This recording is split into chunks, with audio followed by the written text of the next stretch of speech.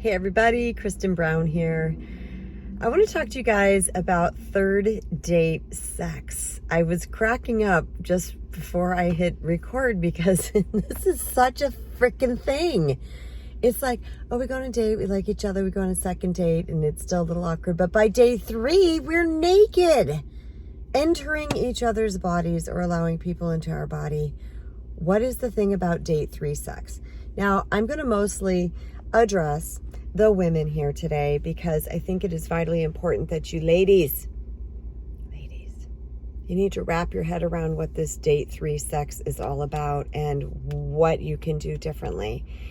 Now, I'm going to speak to you probably a little maternally, and I might speak to you in a way that's a little slappy in your face, like snap out of it kind of way, but this does not mean I don't love you and I don't respect you. It's just my delivery, and it's how I care. It's how I love. So let's talk about sex. As women, a lot of times we believe that our worth, that our value is our body. Why? Because frickin' society told us it is.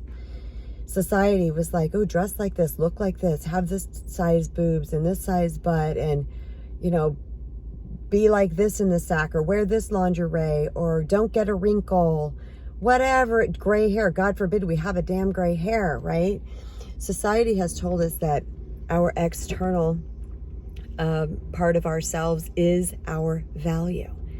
And so we mistakenly believe that, and going forward, we think if we can showboat this thing, if we could flounce around with this thing, and if we could prove that this thing is great, whether it's just through our looks or through our sexuality, then we will be worthy of a relationship.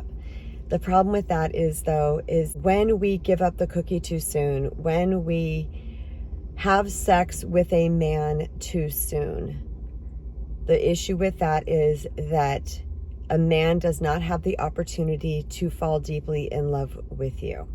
Okay? So far, it's just lust. Now, a lot of people are like, well, why is he trying? Why is he trying to do this already? Why is he trying to get into the sack with me if, you know, he's not having feelings for me? Because he's a dude. Because he's a guy. Guys are wired to procreate. Men need to ejaculate at least once a day. I'm not sure the age range on that, but I got that straight out of the mouth of Susan Bratton, who I did a interview with for my podcast. It's a great interview if you guys want to check that out, the Sweet Empowerment Podcast with Susan Bratton. I can't remember the exact title, but I know it has the word sex in it. And she talked about that. So this is how we're wired. This is how men are wired. So yes, they are going to want to have sex with you because that is how the species procreates. I'm not even going to edit that out because you guys know I'm all about authenticity. That is how our species procreates. So yes, but what has happened in our culture is that instead of the man pursuing the woman and showing how good they are and wonderful they are and worthy they are of entering our sacred space, entering our kingdom, the opposite has happened. Now look in nature, okay? Look at the peacocks with the big, bright, beautiful plumes hanging out the back of them. And they flounce those things around when they're trying to do their little dance for the ladies, trying to get the attention of the ladies. The same is true with most male halves of certain species, like the lion. The lion has the big mane, the male lion, but the woman doesn't. Why? Because he's trying to look big and bad and fierce and wonderful. The other day I was at a restaurant, and my God, this bird was making the biggest racket you could possibly ever imagine. It was up on a tarp that was shading the area that we were sitting on, and it was making like so much so that people were like, what the heck is that? And I look up there and I could see what was happening. It was the male bird trying to put on for the female bird. And he'd bounce towards her and do his little squawking and dancing, and she'd bounce a little bit away. She wasn't ready yet. She wasn't convinced yet. All right. But in nature, the guy has to earn the woman. So that's what they do, is they put on these little shows and they earn the women. The same is true for, I was watching a lizard the other day on my wall, and I'm watching this lizard doing push-ups, and I said to my husband, why do they do that? He goes, I don't know. I looked it up, and it is like a show of masculinity. It's a show of strength. It's a show of trying to gain the attention of the women. But our society has turned this around, and they have made it so that we feel like we have to pursue and we have to be this sex goddess type thing in order to win the guy. All right, there's a couple things I want to say about this, and I don't want to keep this episode very long. Number one is that women, once this is where it kind of got funky with women's rights, because women started dressing certain ways and getting attention from men. Not saying this is right or wrong, so all you feminists out there, don't come shoot me. That's not what I have going on here. This is just really the dynamic of what's happened. So they dress, and they're like, wow, this really gets the attention. Consider it, you guys, back when, if you showed an ankle, you were being risque, all right? So now, why? Because men are turned on visually. So now women walk around, they're like, wow, I can really get a lot of male attention. I can feel that worthiness void inside of me, but just by my looks. And then we take it a step further, because we know we can keep getting their attention over and over and over again by being sexy or sexual, all right? So then what happened is women thought, oh, I can manipulate a guy, or I can get him to like me. The problem is, yes, you will get his short-term attention. You will. You can't not.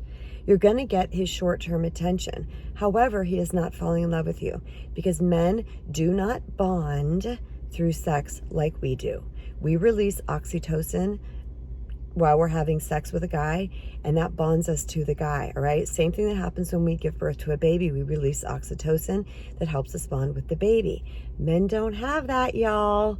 They're having their little fun, and they're going off into the world, just like they rode a motorcycle for an hour, or they went to a movie. They just had some entertainment, and they're going out in the world. I think it is super important that you guys understand that this is what's happening. This doesn't make guys bad. This doesn't make guys wrong. It makes it about nature and how they are literally biologically wired. Okay? So knowing that going in, that until he is in love with you, it's just going to be a romp in the hay. Now, there are the times that you can have sex with some guy early and you end up marrying them and whatnot. That happens. But for the people out there that are wondering why they keep repeatedly having sex with people and their numbers are getting so high and nothing has happened because of this, because there is a self-respect issue, and men smell that a mile away. Men can smell neediness and desperation. Now, that doesn't mean that they're not into you. Like, they don't think you're beautiful or sexy or gorgeous or fun or funny and all those things. But even if they're approaching you, like they're kind of like almost getting into the in love stage, that type of feeling, behavior, and energy can push them back out. All right. And then what happens? Eventually they lose interest and they leave, because sex is not enough to keep them there in a truly committed relationship. Love is what keeps a man in a truly committed relationship. So initially they're attracted to us. They're hanging out with us, whatever. They're having sex with us. They might be working towards the falling in love stage. And then what happens is that this energy happens, this feeling happens, and they start to lose interest, because guess what? Men like the chase. And I'm not saying they walk around going, hey, I like the chase, because most men don't really know that consciously, again, because this is how they're wired. What it is that they know that something is ignited in front of them, inside of them. They are the hunter. It is exciting for them to go out and to hunt and have to pursue. Okay, so when it's just plopped in their bed naked wearing a red nightie, sure, they're gonna tap that. I can't believe I just said that, because I've never said that before, but it's kind of funny. And but yet that's all it's gonna be. All right, you guys. So what are the keys? There's 3 keys here to really truly attracting a man and helping a man fall in love with you. Number 1 is to be your authentic self, period. Authentic self. Don't put on a show. Don't put on a fake show that he falls in love with this persona of you. You want to be you, okay? All the time we want to be ourselves. We also want to make ourselves a priority, all right? If the man becomes our priority, we are needy and desperate. We do not have a good sense of self-worth. We are not functioning from a solid foundation. We're making it all about him. We're also cultivating selfishness in our partner, okay? We need to have a good priority, because why? When we are our priority, we are willing to uphold what is good for us, all right? And in doing so, that makes a man have to pursue. Get it? We're not just overly accommodating to him. We're saying, I matter. I need to go to the gym. I'm going to this painting class. Sorry, I can't see you this week. This is happening, that's happening. I'd love to see you, want to see you. And then he gets to wait in excitement for you. You are igniting emotion inside of him. The third thing is boundaries. You know, men are going to try. Not all men, because I'm not going to blanket it, nor am I going to say it's right or wrong whether they try to have sex. Okay? But they're going to try. And the ones that try, it is important that we set and maintain healthy boundaries. Now, when I was super needy back in the day, and plus didn't really know any of this stuff, I sometimes didn't want to have sex with that guy that early, but I didn't think I was allowed to say no. I didn't think it was okay to say no.